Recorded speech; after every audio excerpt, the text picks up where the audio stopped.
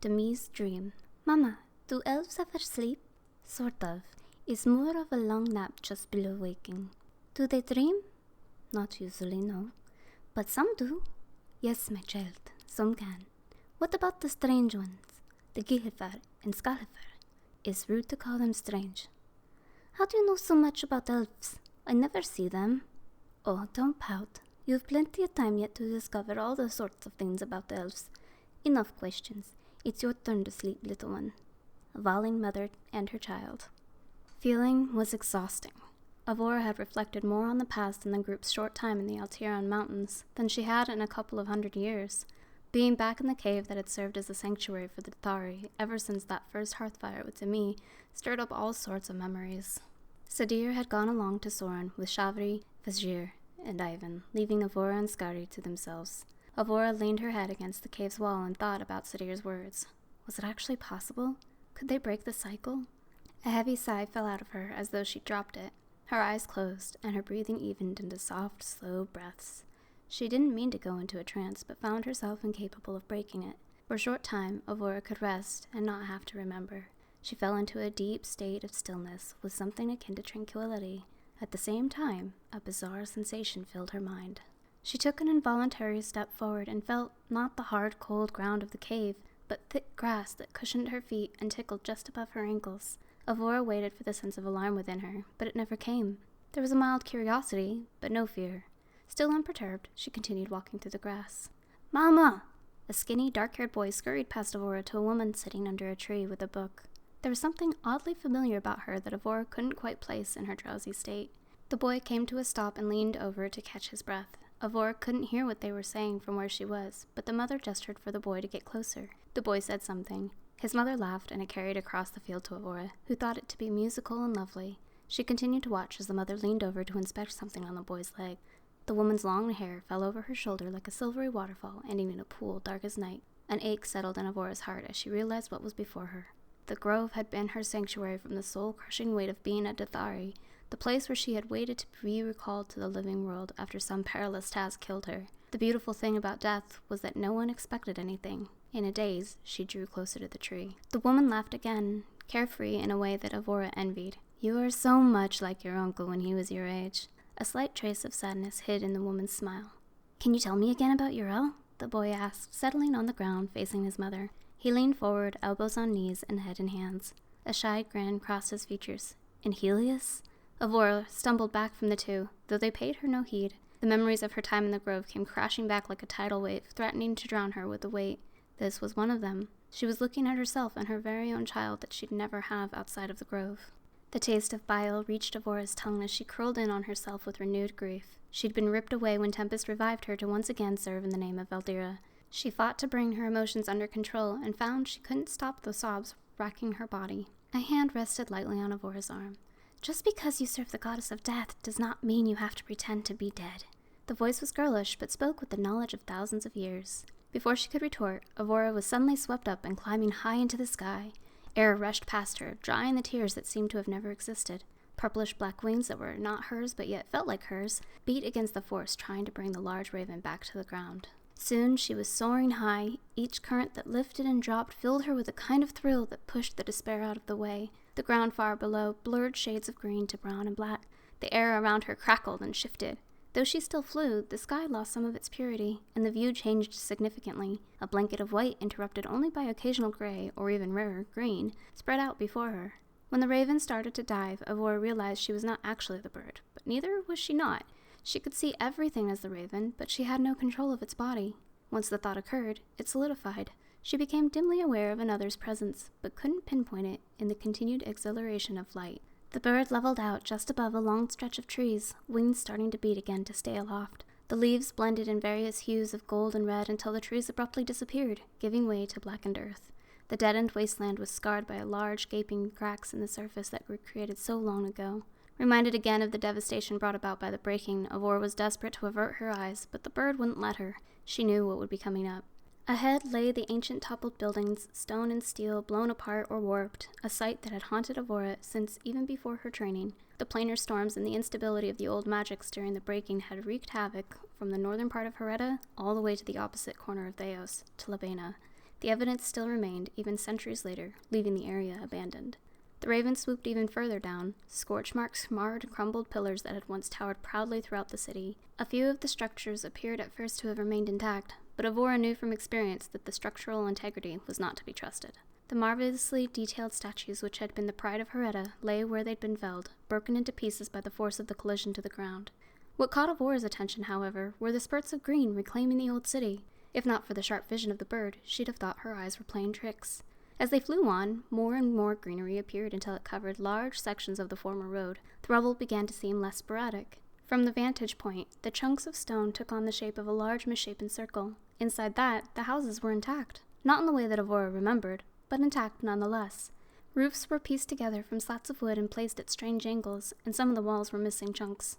Towards the center stood a rectangle of several carved stone pillars, mostly intact, though several were missing chunks. They sat upon an enormous slab of concrete that seemed to have held up over the centuries, protecting the walls that reached skyward. Atop the pillars were the remnants of the once beautiful roof, the center of which no longer existed. Because of that, Ahvora could see within as the bird flew over it. Within, the structure was clear of all debris, but even more surprising, a few statues, not entirely destroyed, sat upright in what she knew to be positions of honor within what had once been a temple of worship. There were even wooden platforms propped against the walls. More of the smaller buildings with the strange roofs lay on the other side of the temple. Some of those even had what almost appeared to be greenhouses. Ahvora shoved the glimmer of hope away, though she couldn't deny the evidence that shouldn't have existed. As though reading her thoughts, which it very well could have done, the bird sank even further, coming to land on the ground outside one of the glass annexes. The raven hopped closer and peered inside. Had Ahvora been in her own body, the sight that greeted her would have stolen her breath away. A lush garden full of plants in varying stages of growth should have been impossible in the dead land, but there it was. Bright fruits of red and yellow that Ahvora hadn't seen in far too long. Leafy herbs she knew could cause numbness that had nearly disappeared from Theos completely. It seemed so unreal that Ahvora started to think she'd never left the grove after all. The sound of wood scraping against stone brought the bird around the corner of the glass. The door to the building opened, and a man stepped out, dressed in tan and blue clothes of an unusual texture. His hair was nearly as dark as his skin, and it fell in curly ringlets past his shoulders. He knelt to pick something up off the ground and pushed his hair out of his eyes as he stood, revealing the telltale pointed ear. Ahvora could hardly believe what she saw. An elven boy nearly as tall as the man came out of the building. He spoke, and Ahvora fell back in time by over 1,000 years to when she'd been around the same age as the boy. Though some of the words came out a little strangely to her, she could still understand what was being said. Her heart soared even higher than the bird had in their journey. There were survivors. Her people's culture had not been eradicated. She let a little bit of hope creep in. If Hereta could support a population again, even at a tiny fraction of what it used to be, perhaps Labena could as well. The same girlish voice from before resounded in Ahvora's mind. You are not alone. At the sight of the large raven, the boy ducked back into the house. Ahvora longed for the ability to speak, to ask the disembodied voice all the questions that raced through her head. It laughed, and the bird took off again, continuing in the opposite direction it had come from. Just before the stone wall, there was a series of enclosures. Within each one, a different type of animal grazed or lolled around, including sheep, several strange birds Ahvora couldn't recognize, and even what appeared to be 2 giant boars. On the far side of the wall, the ruins resumed, though there continued to be patches of plant life among the blackened ground. Ferns, veins, and small trees on the way to reclaiming what remained of northern Hereta. More and more of that appeared as the raven flew south, swooping around the increasingly taller trees. Ahvora began to catch glimpses of animals scurrying along the branches, fuzzy creatures of extraordinary colors. Some were as dark as mud, while others blended in so well with the leaves that she couldn't even be sure they were there until she witnessed 2 jumping across a gap between branches. The small bubble of hope she'd buried rose up again within her. Far from the desolate place she remembered, Hereta had begun to thrive again, albeit in a much different way. To the south, Ahvora saw signs of another settlement before it even came into view. Cleared sections of land with stalks in deliberate lines, worn-down paths snaking along the ground, and walled sections offering protection from predatory creatures. More walls rose even higher than before ahead. The raven banked and beat its wings as it flew along the large stone pieces arranged precisely to create the fortifications. After landing on the wall's parapet, the bird's vision allowed Ahvora to see far into the distance. All around were stone buildings of all shapes and sizes. Terracotta roofs adorned many of the structures, and the taller ones even held aerial walkways between them to avoid the cracks in the ground below. Glass greenhouses akin to those in the northern settlement, but much larger, could be seen, spread out in a diamond-like formation with 4 edifices surrounding. The only hint that the little town hadn't been there forever was the distinct lack of art.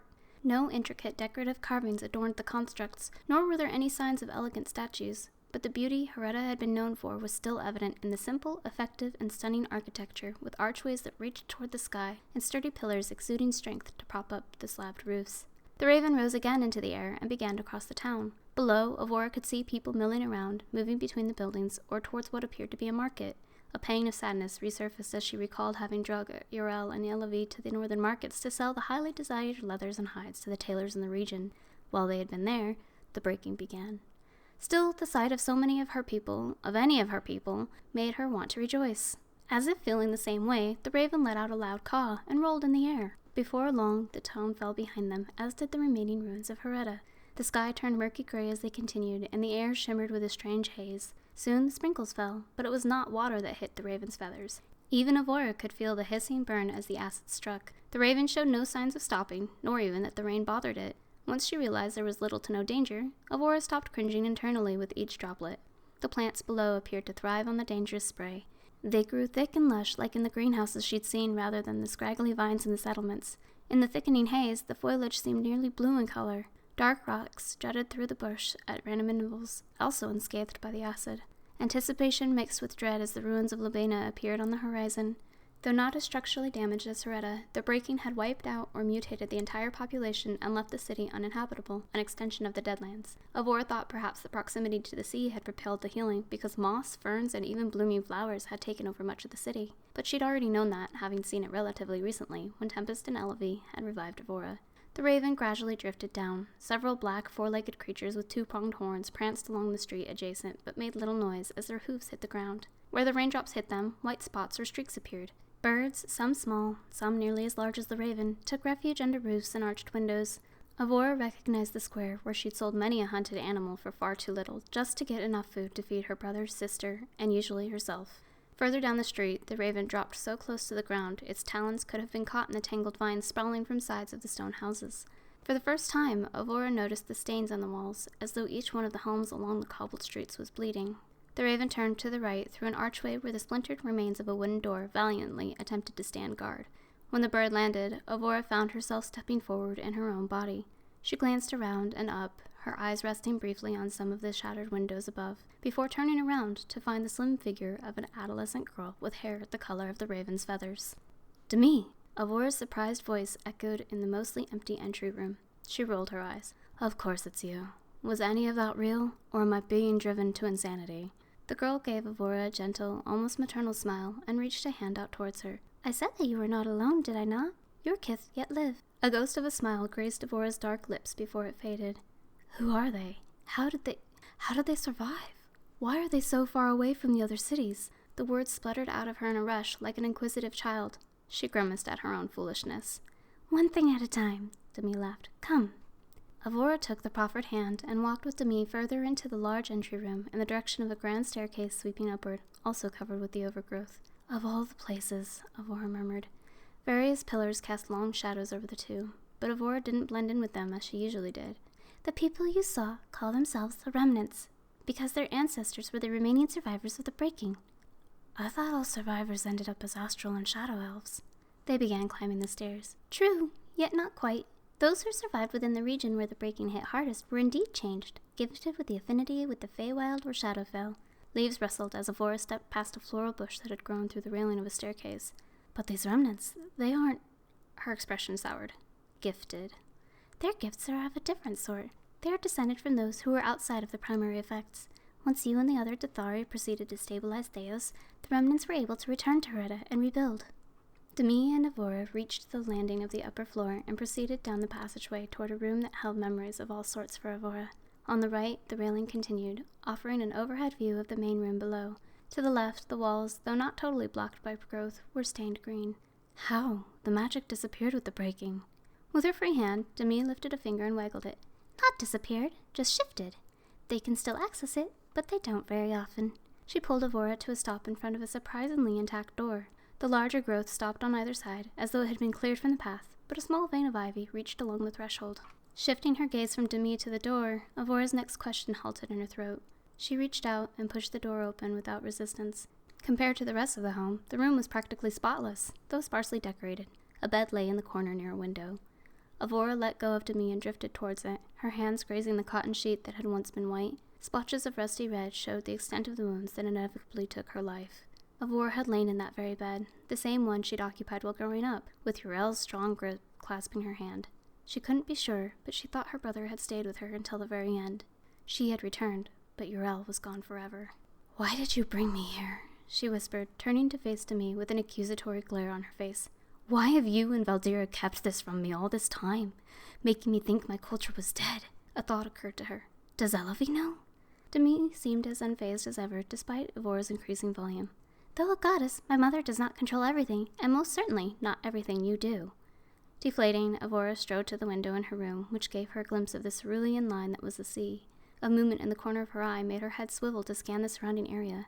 A balcony, just within view, held 2 elves wearing ragged clothes that seemed to have been hastily sewn together. Ahvora looked over her shoulder at Demi. "The remnants are here too?" With a nod of her head, Demi said, "There are several settlements in the region overall, but just the one in Labena. Any closer towards Hereta, and even they wouldn't be able to survive. The survival of Theos is no longer solely on your shoulders. Take some time. Indulge in some exploration if you'd like." Ahvora turned back to the window, but the elves were gone.